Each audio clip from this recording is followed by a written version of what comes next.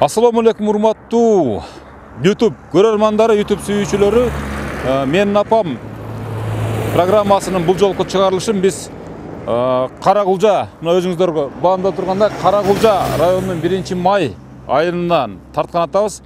Анткени мына ушул айылда жашаган Жипар деген энебиздин алыста жүргөн, Россияда жүргөн кыздары бизге атайын бизден суранышты эле ушул энебиздин кубанычынын көңүлүн, ушул энебиздин бүгүнкү күнү туулган күнү экен. Ушул туулган күндү баягы бир өзгөчө бир белгилөө максатында бир көңүлүн көтөрүп коюңуздарчы деп суранды эле.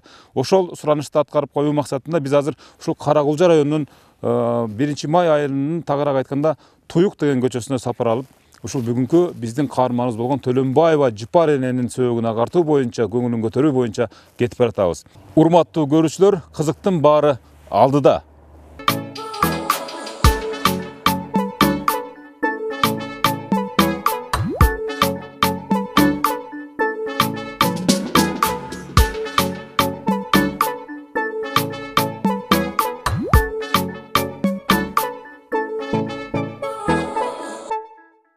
Ар бириңиздердин энеңиздерди куттуктоого биз ар дайым даярбыз. Менин апам программасы менен бир болуңуздар. Алга. Урматтуу телекөрүүчүлөр, биз жана жогоруда айткан ушул Каракулжа районунун 1-май айылында жашаган Төлөнбаева Жипар эненин үйүнө да келип жеттик. Бирок ал эне азыр билбейт болсо керек. Кызынын айтымында биз деле ушинтип маалыматты сурадык, тактадык. Көрсө азыр эне биздин ушул бүгүнкү тартым боюнча өзүнүн туулган күнүндөгү ушундай сюрприз тууралуу билбейт экен. Азыр 17-үйгө келдик. Биз тыкылдатып көрөлү. Кимдер ачат экен, шуну билели.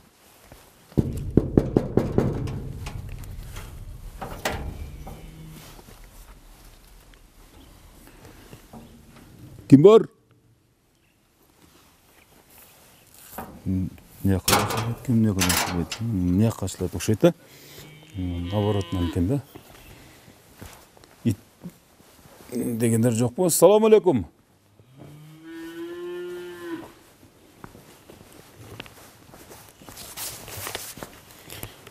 Бул үйдө азыр эч ким бек апар эле бул съемка тууралуу же тартым тууралуу эч ким билбейт окшойт. Азыр тыкылдатып көрөлү үйүн дагы.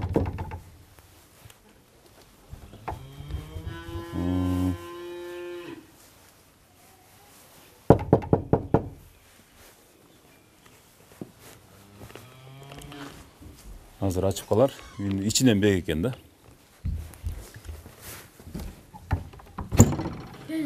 Кандайсыңар, жакшысыңарбы? Ким бар үйдө?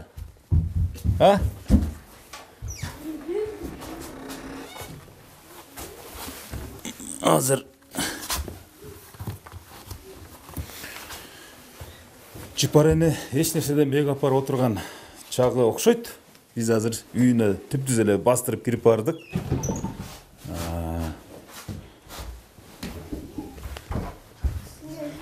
Кандайсыздар, жакшысыздарбы? Ден соолуктарыңыздар жакшыбы? Биз атайын сөйөмкө тарып жүрөбүз эне. Ушул айылдагы энелер тууралуу, ушул айылдын жашоосу тууралуу жакшы позитив маанайдачы. Ошого сиздин үйүңүздө атайын такылдап айтпай келгенибиздин дагы себеби ошондон да. Кандайсыз? Эмнеге отуруңуз? Мындай сүйлөшөлү.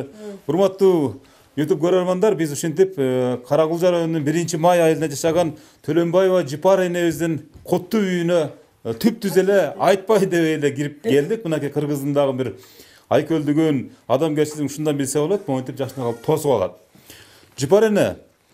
Азыр биз Жипар эне тууралуу жакшынакай маекти баштайбыз. Алдыда аябай кызыктуу суроолор, аябай кызыктуу тамашалар болот. Биз менен болуңуздар. Келгиле бизде балдар мына жерге. Токтогола силерге төшөк салайын. Мен ойлой эле отурбадым да. Апа кемай, апа кемай.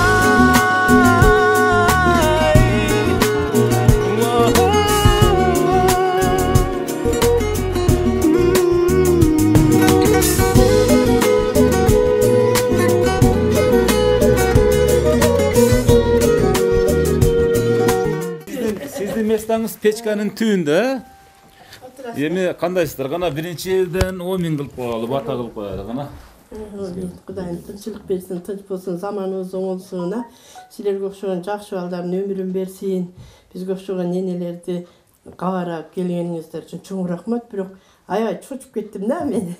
Мына ошентип, урматтуу YouTube көрүүчүлөр, биз азыр Төлөнбаева Жыпар энебиздин коттуу үйүнөн орун алып, монтип очок боорунда жакшынакай маек курууну чечтик. Себеп дегенде бүгүнкү күндө Жыпар энебиз үчүн да өзгөчө күн болушу да мүмкүн. Ал күн бир эсеби биз азыр алдын эле сизге айтып кое берели. Сиз жөнүндө биз кичине бир маалымат издеп көрдүк. Бүгүн көрсө туулган күнүңүз да экен. Туулган күндүн шарапаты менен бүгүн бир сонун кылып туруп маек куруп берсеңиз, Кудай кааласа. Асырайт балам деп мерим толгон жүрөк айланып күйүнгөн эне гана аруу толгон жүрөк. Жыпар Кыдырмышевна 1962 жылы 10 ноябрда туулганмын. Карагулчу районунун 1-май айылынан. Өзүм ошо жогорку бригаддан болом. Ушул ылдыйкы бригадда өзүмдүн тагаларыма турмушка чыкканмын. Чалым өмүр бою эле Совет авто базасында автоэлектрик болуп жүрүп, анан ушу 2 жыл болду өтүп кетти. Анан өзүм 3 балам бар, 2 кыз, 1 уулум бар. Уулум эң чоңум, одан кийинки кызым, одан кийинки да кызым, олар турмушка чыгып өзүм бардыгы Россияда. Анан уулумдун ушу чоң баласын өзүм багып алганмын, өзүмө бала кылып алганмын. Атасын бөлүнүп кет, мен балама үйдү бошотуп кой деп атам. Өзүм балам небире, өзүңүн балаңан ашык көрүнөт десе, ал кандай эле өзүңүн балаңан ашык көрүнөт дечи элем, одан балаңан да ашык көрүнөт экен. Ушу балам бала кылып алгам, одан кийинки кызы Айгерим 1-класста, мунус 3-класста, мунус 2 жаштан 2 ай өттү. Ошол 3 небирем менен өзүм ушу үйдөмүн. Эң чоң кызыңыздын аты ким? Айсулуу. Эң чоң уулум Айбек. 82 жылкы. О да Россияда российский паспорт эми замандын талабына ылайык экен да. Ол иштебей койдуң деп деле урушабыз дейм, ушу иштеп атышат. Одан кийинки кызым Красноярскийде 84 жылкы. Одан кийинки кызым Толкун 95 жылкы, ал Москвада. Өзгөндүн Кеңеш айылына турмушка чыккан. Айсулуу Карагулжан ошо Карагочкор айылына турмушка чыккан. Балам ушул айылдан үйлөнгөн, өзүбүздүн айылыбыздан эле. Анан кийин ошо олар өзү менен өзү болуп иштеп жүрүшөт. Анан биз өзүбүз менен өзүбүз болуп отурабыз, Кудайга шүгүр, эми тынчылык. Өзүм деле бекер отурбаган 2 жылдан бери көмүр саткан аялмын. Ош Примгиден көмүр алып келип сатам. Көмүр меценаты кезинде көмүр сатам, көмүрдөн бизнес насип кылган өтүп атат. Бекер отурсам сал кыжаалат болуп кетет экен, мен алаксып бүткеден. Өзүңүз кантип жетишесиз бул тирүүлүккө, көмүр сатканга же ким бирөө жардам береби сизге? Кайным өзүмөн кичинекей мен биздин үйүбүз төштүн түбүндө болгондуктан анча-мынча машина кире албайт. Ошо кайнатамдын үйүнө түшүрөбүз, кайным болуп. Ошол жерде биздин кайната Сыдыков деген чоң маала. Анан ошол маалада отурабыз, кайнелерим сатышат, жакшы, тынчылык бизде. Эсенчилик. Ушул сиз мисалы мурда СССР маалында да эмне жумуш кылгансыздар? Кандай тирүүлүк кылдыңыздар эле? Азыркы күндөгү жашоо турмушу кандай салыштырасыздар? Мисалы ушундай. Илгери биз эми атамдын үйүндө деле тамеки иштегенбиз. Мен окуу жайга барып тапшырып, маданият техникумуна тапшыргам. Анан одан өтпөй калып, келип ошо Жолболду Алыбаев аркылуу баргам, өтпөдүм бирок. Пешенеме жазылган эмес жагымдан. Келип эле турмушка чыгып кеттим. Анан кийин турмушка чыккандан кийин турмуш эми тамеки иштедим. Мен балдарым чоңойгучу жаңы үйдө болдум, балдарым чоңондон тамеки иштедим. Одан кийин жайлоодо ат менен 6 саат барган жерге Оялма деген жерден жер кылып алганбыз. Ошол жерге жайлоого чыктым. Анан жайлоодон келгенде небирелерди карап калдым, балдарым Россия иштеди. Одан кийин эми ошо 2 жылдан бери көмүр бизнес кылып атам. Аллам насип кылган таап жеп атам. Чалым ошол 35 жыл, 37 жыл автобазада иштептир. Автоэлектрик болуп, район боюнча ушул эле киши эле машинамдан Алланын буйругу экен өтүп кетти. Эми туура сабыр кыласыздар. Эми ушул жалпы канча балаңыз бар ошондо? 3 эле балам бар. 3 балаңыз, 2 кыз, 1 Bir уул. oğlum var. Ушул балдарыңыз жөнүндө айтып берсеңиз, кимиси кандай кыялдары бар? Mayli baldarım. Кызыктуу. Baldarımın emi bul erkek bala atasını tartpayt taytaсын tagalarını tartat деген чынекен. Менин атам өзү мындай сөз кошуп сүйлөгөн. Ошол убакта китеп кылып деле жазып албаппыз деп арман кылып калабыз азыр. Сразу эле отурган жеринен эле ыртап эле токуган киши эле. Таланты. Ошол баламда бар. Баламда деле, кызымда деле, кичинекей кызымда деле бар да. Бар ошолордо. Анан тамашалап калышат. Tagalarını tartışkan bu deyip. Anan 2 kızım teң çeverçilik kılışat. Mınday. Men çındığı çeverçilik menen nemem yok. Anan atası usta kişi bolчу. Atanın kanı bardığı bir balada bolot eken da. Kızlarının bari çeverçi oşo Krasnoyarskийде сега açıp kızım. Oşo Krasnoyarskийде azır kızlar işletip atışat. Сехтин 10 kız işletip atam apa deyip bir 2 ay bolup kaldı karantinde. Anan kiçine kızım dele oşo tügüdü işleyip birok al dele azirem töröp үйündü. Kolunda balası var.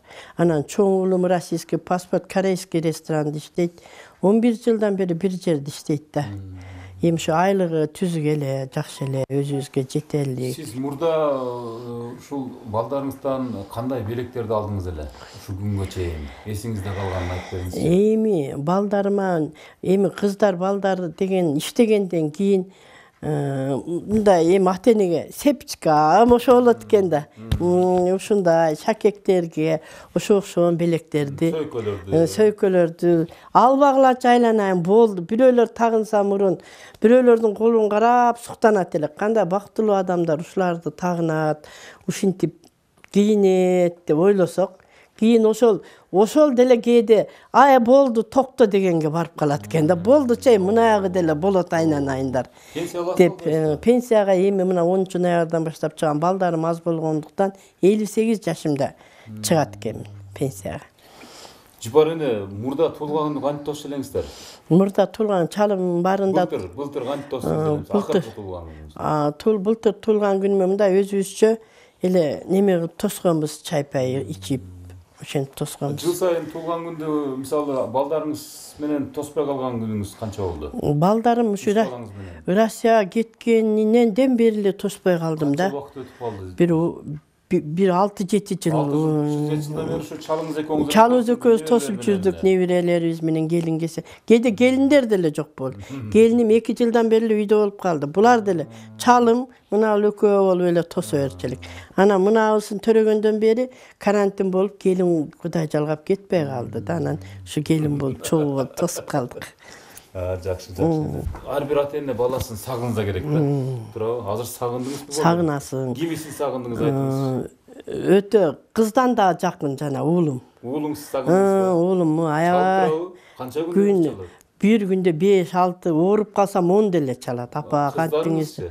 Кыздарым 2-3 маалде сурайт, кандайсыздар деп. Анан силер эмне 2-3 маалде сурайсыңар? Менин балам тез сурайт. 6 сурады бүгүн, 7 сурады десем, балаңыз 10 сураса да болот. Баламыздын дегенде кандай болосуз сиз деп тамашалап калат да. Анан мени былтыр ошо Красноярскийге апарайын. Басың балдарымы караганча кичине биртке болсо да алаксып келиңиз апа. Красноярскийге барың деди эле. Баргым келбеди. Ирас барбай коюпмун да, карантинде камалып калчу экен. Баргым келбейт. Анан үстүнө мына баласы кичинекей да. Печке от жагып, келин малкалга чыгып кетсе, печкени кармап алса, эмне болот деп баргым келбеди. Кыжалат болду. Кыча оякта жүргөнгө окшобойм да. О да көңүлүм ачык да. Анан кызым, өзүмдүн жерим, өзүмдүн үйүм, кызым балдары көмбөй анда бөлөк туруп алат да.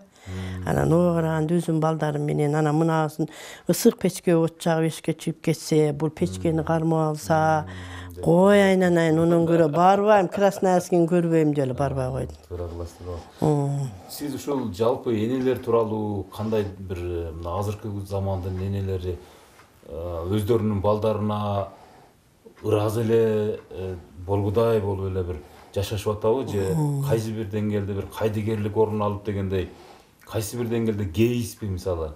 азыркы жаштар энелерине кандай карайт? Эми азыркы жаштар, илгерки жаштар баардыгы кайнатам 11 баланы баккан экен. 11 баланы быйыл келин алдыбы? Келирге туруп эле наркы жылы 5 уул катар экен да.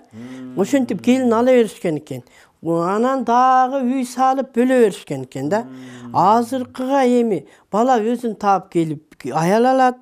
Неме өзү таап келип үй салбаса, расход жетпейт го. Илгери кандай жеткенин да билбейм мен. Мисалы үчүн кайнатам 5 келин алган. Менен чоң абысыным алып эле 2 жыл демелип мен алган. Одан 2 жыл демелип менен кийинкини кылып эле. Анан баардыгыбыз ушу алынын жеткени телефонду өчүрүп кой. Алыбыздын жеткени 2 комнат үй болуп, жашына кылып салып берген экен.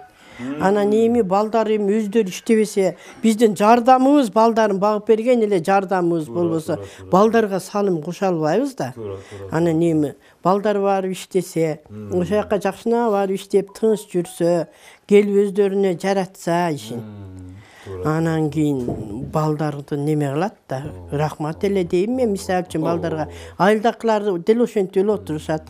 Бардыгынын балдары талаада. Жалаң эле өзүбүз эле калганбыз. Сиз өзүңүз мындай кандай элестетесиз? Эне болуу бактысын, энени кантип сүйүндүрүү, бул мисалы сиздин деле мисалы энеңиз болгондо, сиз өзүңүздүн ошол маалдарда, сиздердин маалдарда да мисалы Союз мезгилинде деп коелу, ушундай бир энени кантип сүйүндүрчү элеңиздер? Биз эми кубандырчу элеңиздер? Энебизге илгери ондо алтын алып бериш деген жок экен да. Бир табак жакшы аш дамдап барып, анан бир жолу апарып салсак эле эне курган сүйүнүп калат эле. Ошондо балы үчүн ошону табыш кыйын экен да. Ойлосом. Анан кийин биз ошентчү элек. Азыркылар эми апа ичип жең мең деп акчаны салат экен.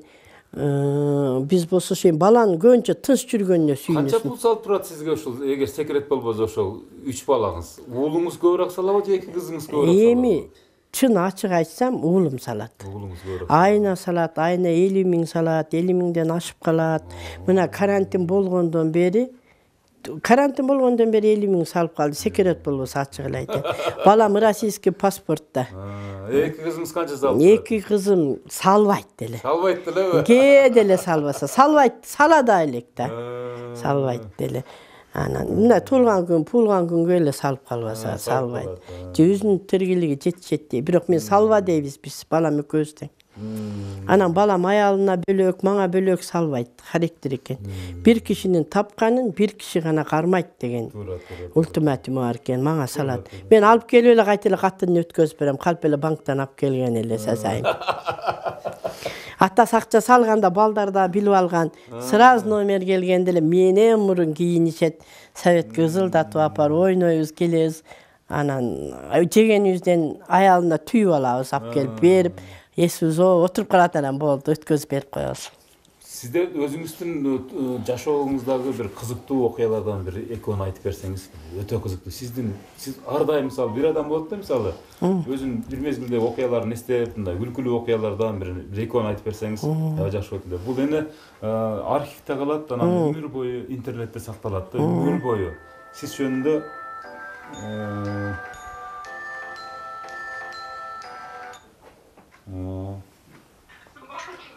кандайсыздар, жакшысыздарбы? Сиз буну күттүңүз беле, күтпөдүңүз беле? Могу кыз сиздин кызыңызбы? Эртерээк айтып коюпсуң, тастыркан жасап койчу экенбиз. Сүйлөшөбүз. Жакшы, жакшы, жакшы. Күткөн жок элем. Билбедиңиз беле? Жок, билген жокмун. Келин эле шыпылдап үйдү жыйнап аткан, төшөк-пөшөк салып эле. Ошо. Рахмат кызым, рахмат.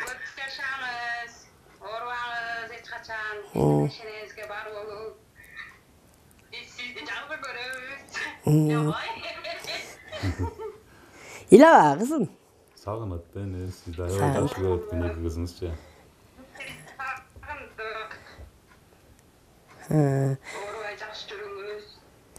Mına baldarım oturat karab. Sağındınız mı kızlarınızdı? Sağındım, sağınasın da. Balan ayaktan sağınma koysun. Balan ayaktan sağınma koysun, sağınasın özünce. Boptur, rahmat kızım. Çoğuçup gettik. Çoğulu tüzele eкен kışıp salın. Gelin dağır Sovetke gettiler bir işleri menen. Oluşadı öyle kılçakta atkan oşa oturmay. Boptur ha. Жақшынан настроение ола. Жақшынан настроение. Жақшынан настроение. Рахмат, рахмат, рахмат. Сек ачқан қызым ушуда. Үчен сек ачат. Kızımız suyungandan iyilep atat. Eyle ayt, ağısım ödüңe gittiğin tapınыңım. Sizler ötkör otağız tuğan günümüz. Mayli. Yaşayın. Mayli, rahmat, rahmat. Rahmat, patarka salviyem.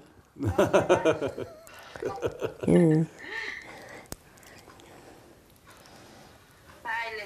Boptur. Uşu kızım da meni çıkırgan anam men barbağa koydum bu.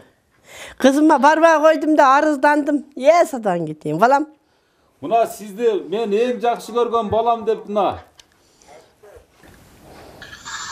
Apa Oo, sağda. Parmağınız apa. Danışı uzun ömür versin. Allah'ın ömrünü için görürüz. Çakın otur. Yaxşı olunuz, yaxşı olun. Men aytып atam. Rahmat balam. Kızım çıkırsa barbağa koydum Krasnoyarskiyge dep aytып atam. İyi toka kandaysın? Yo, sadağın tencerim kadar. Жақсы. Ye sadaqalay.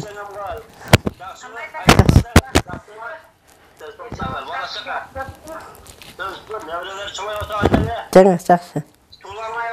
Рахмат, рахмат sadaqalay. Рахмат. Aytkanыңыз. Vaptır.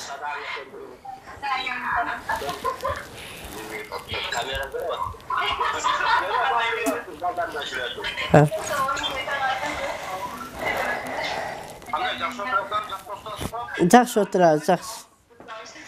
Biz үйde жатса kamera gelip kaldı da. Ötkünde aytып atkan. Жазып барат деп. Пауза орнunda burada. Ne kuştu? Enin kuştu. Taştı sağır turup. Kızın erte turup tutuktadı. Unutup kalıp durana benim balam turdu özüm balam.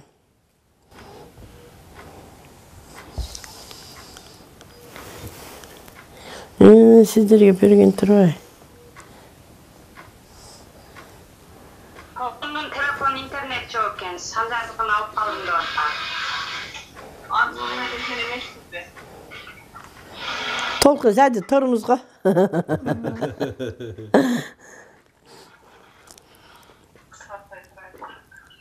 az biraz durup tolkun özü çalata bak. Mayli boptur sadan git. Tamam, ben koyayım çal. Макул анда жақсы тұрыңыздар. Biz андан ақ интервьюны алып берели. Болуп турмай, жақсы тұрыңыздар. Болуп, ийгилик, рахмат. Мынакей Жыпарына ошентип балдарыңыз менен да сүйлөшүп бираз болсо да чериңиз жазылып калды. Балдарыңыз, кызыңыз, ушул Красноярскиде кызыңыз бизден бизге 1 ай мурда заказ берген. 1 ай мурда заказ берип, мен апамы быйыл өзгөчө куттукташым керек. Бирок мен ал жерге өзүм барганда анда аяк гүл кучактап башкача тосмокмун. Кийинки жылы буйруса, Кудай буйруса, ушул күнү ушул насип этсин деп тилеп атам. Ошондо дагы сиздер менен келип тартам деди. Быйыл ушундай биздин менин энем деген көрсөтүүбүз бар YouTube'дачы. Бүт бардыгына белгилүү. Менин энем деген ушу Кыргызстандын аймактарында бардык айылдарына инелерди ошол буйрутма аркылуу тартып келебиз да. Ошол атайын таап, интернеттен таап, сизди атайын мен бүгүн апамы өзгөчө куттуктагым келет деп атайын ошо Россиядан туруп бизге буйрутма берип, анан сизге жөнөтүп отурат да. Көрдүңүзбү, кыздарыңыз да сизди жакшы көрөт. Уулуңуз да жакшы, эми баары жакшы көрөт сиздичи. Бирок кыздарыңыз дагы уулуңуздан кем болбой жакшы көрөт экен да. Силер мени жакшы көрбөйсүңөр деп коем. Дешин. Балам мени жакшы көрөт, тынбай сурайт десем. Балаңызды кандай көрөсүз? Балаңыз 10 жолу жакшы көрсө да болот деп тамашалап. Бирок баланын бардыгы эле бирдей дем.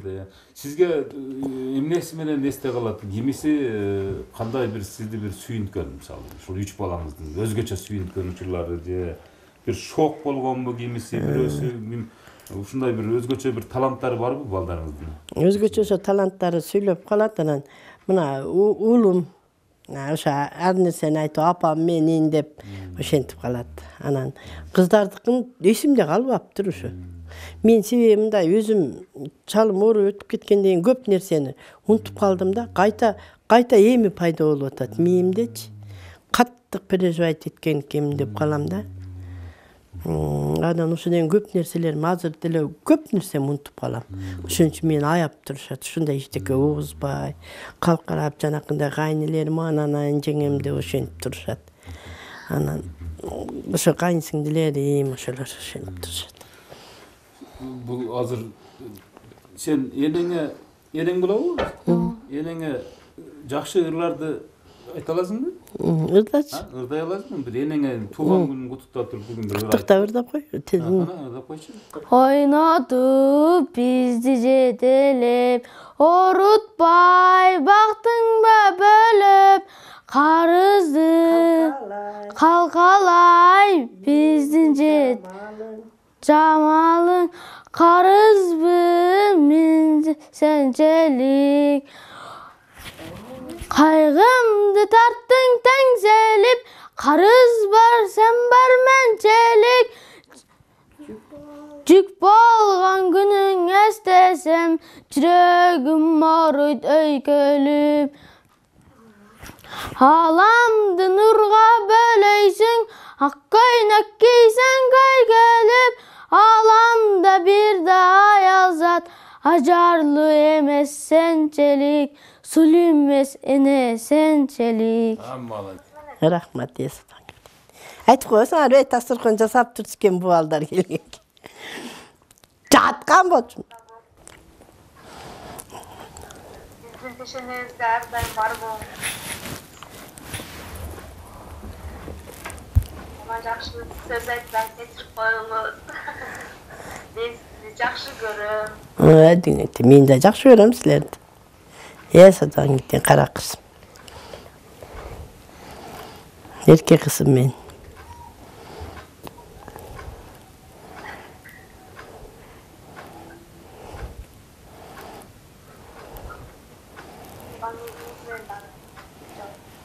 Näil, baktı.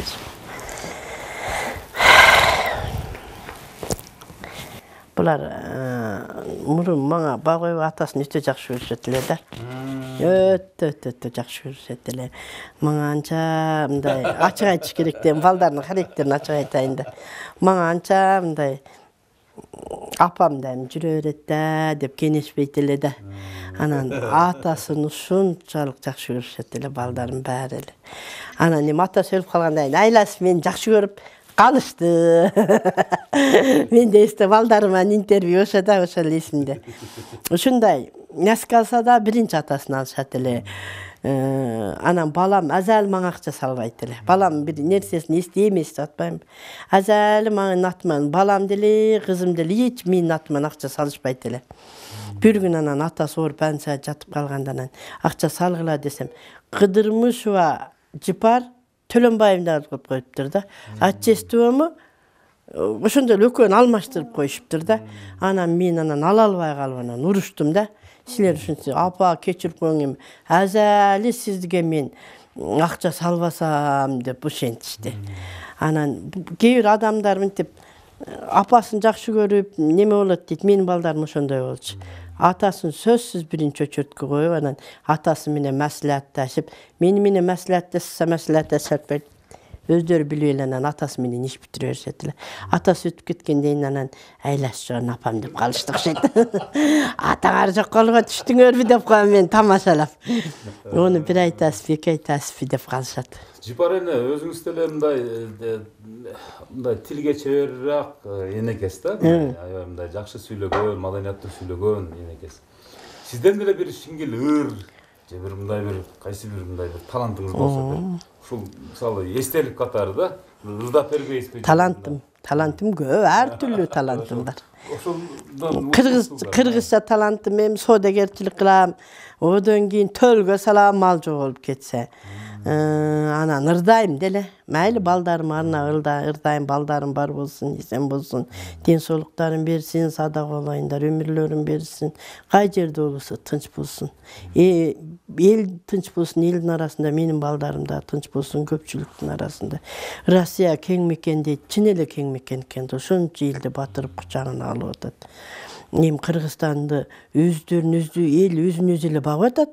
Өкмөт өздөрү менен өздөрү эле тытышып, чабышып, да элди кошулуп чабышып атпайбы? Жардамдашып. Караганда эми тынч иштеп атышат, өздөрүн аныта, биринин жүгү бирине түшпөйт, зарыкканына бири-бирине жардам берет. Ошончун эми балдарыма ырдап берейин. Балдарым менин кымбатым, балдарым менин сырдашым, жаралбай калса балдарым, жашамак беле бир башым.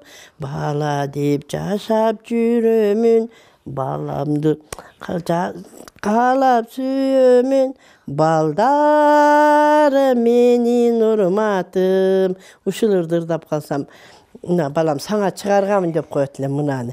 Мен ырдап калсам эле, менин жанымда отургандар, ана Шайырбек, сен ненеңдин ыры саңа чыгарган деп коет эле. Шайырбек деп жашап жүрөмүн деп ырдап коет элем да балама. Ушу баламдын атын Шайырбек деп чоң атасы атып койгон. Өтө шайыр болуп кеттим деп. Анан мына баласын ушу чалым өтүп кеткен күнү төрөлдү. Келин аябай переживать этип атасына аябай ыйлады, өктөп ыйлаганда баягы толгоо келип төрөп койду ушу баласын. Себеби кайнатасы мага агары каласын кыйшык дедирбейт эле, эми кайнатам өтүп кетти, бул ажыдар көшүмө тутат деди. Каттык капа болду келин. Катык капа болгондон кийин толгоо келип калды да, анан баласын кайнатасынын өткөнүн билбей эле кетти. Барып алып өзүнүн апасы кызын айта албайт экен, кайнатаң өтүп кетти деп, эсоп калабы деп, ошондой жакшы көрөт эле да. Мени жаман көрсө керек, анан мен жаман көрсө да айласы жакшы көрөт да, кайнатасы жок. Өзүм күзүр. Эненин ыйык дешет тилек үмүт, эзилип тилеп келем күнү түнү, эл улуу болор деген үмүтүм бар,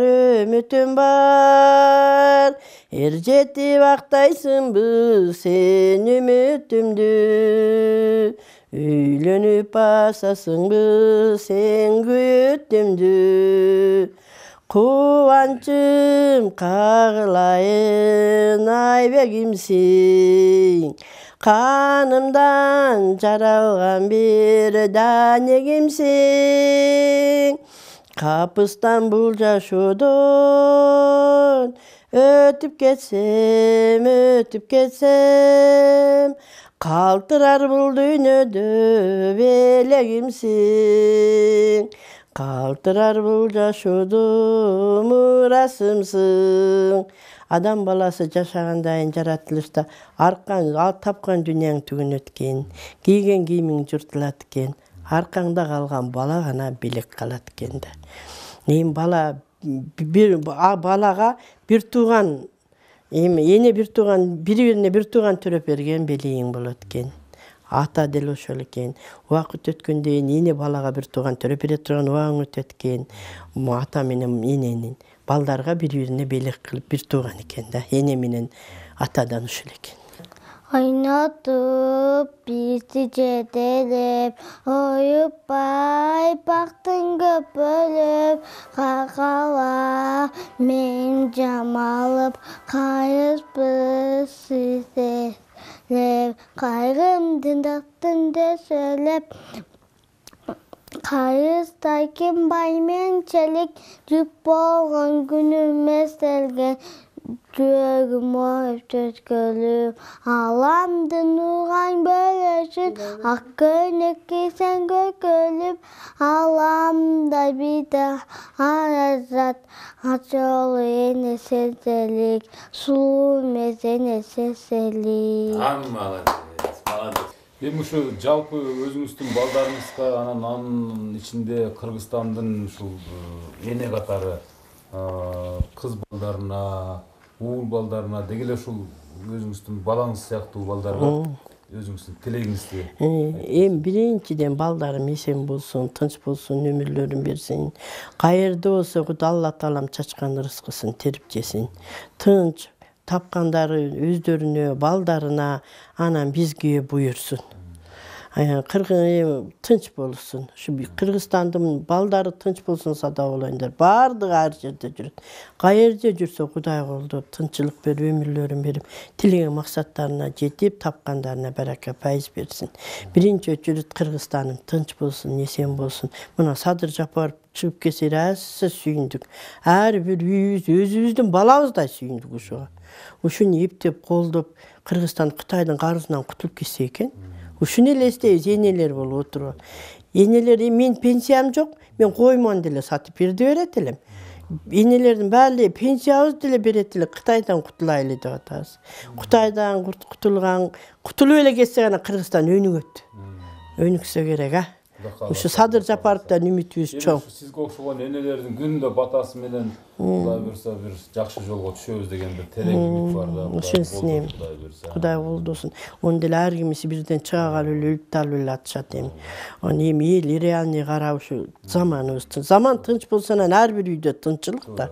Заманга карайсың да. Мисалы үчүн тополоң болгондо кечекеде телевизорду эле карап калдык, жалдырап күн түн эле. Эчке чыкпай эле. Кыргызстанда тынчылык болсо ар бир үйдө тынчылык да. Кудайым тынчылык берип, Кытайдын карызынан кутулуп кетели, алыста жүргөн балдар тынч болсун, көп тынч болсун, көптүн арасынан өзүбүздүн балдар тынч болсун, тынчылык болсун. Силерге да чоң рахмат айнанайын. Силерди көп нерсе күтөт. Силерден көп нерсени үмүт кылабыз.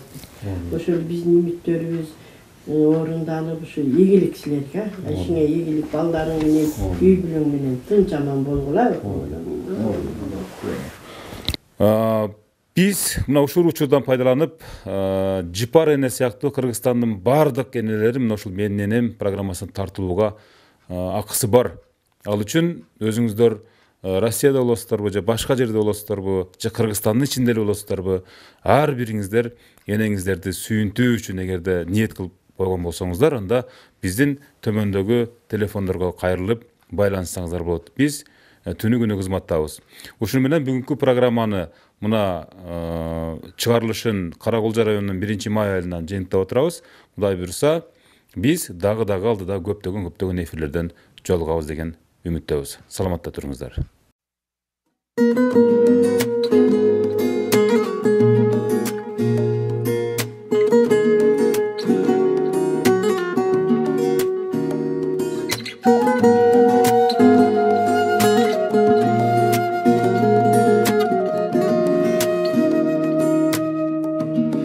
Асырайт балам деп мерим толгон жүрөк, айланып күйүнгөн эне гана ару толгон жүрөк.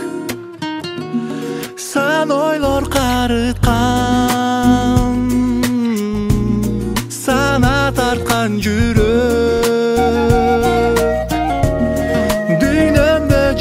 шам, сиз ар бир таң жол карап күтүп жүргөн. Алло апам, апакем, жаным дүйнөм берекем, сагынычта улуңуз ар күнү. Алтын асыл апакем, арубак күйөрүм менекем ай. Апакем ай.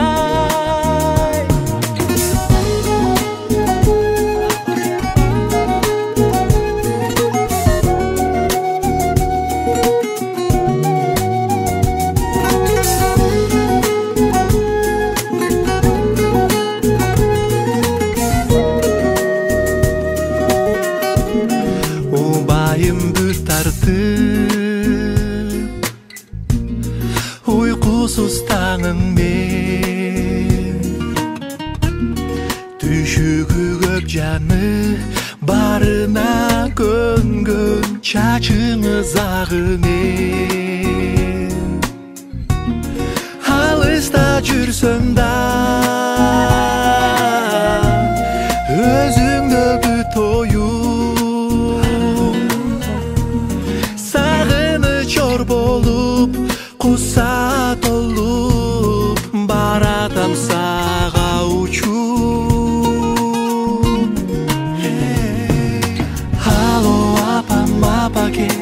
Canım düğünüm derken sağınışta ulumuzar günü. Altın nasıl apaken haruva kuyörüm meneke may. Halo apam apaken canım düğünüm derken sağınışta ulumuzar günü. Altın nasıl apaken haruva kuyörüm meneke may. Apaken may, apaken may.